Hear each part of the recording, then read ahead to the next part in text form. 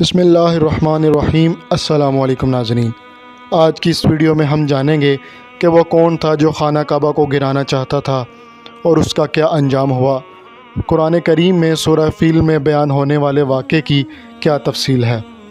حضور اکرم صلی اللہ علیہ وآلہ وسلم کی پیدائش سے صرف 25 دن پہلے یمن کا بادشاہ ابرہہ ہاتھیوں کی فوج لے کر کعبہ ڈھانے کے لیے مکہ پر حملہ آور ہوا تھا۔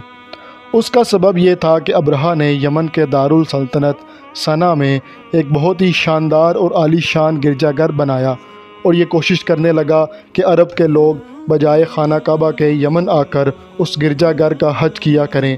جب مکہ والوں کو یہ معلوم ہوا تو قبیلہ کنانہ کا ایک شخص غیظ و غضب میں جل بن کر یمن گیا اور وہاں کے گرجا گھر میں پخانہ پھیر کر اس کو نجاست سے لت پت کر دیا۔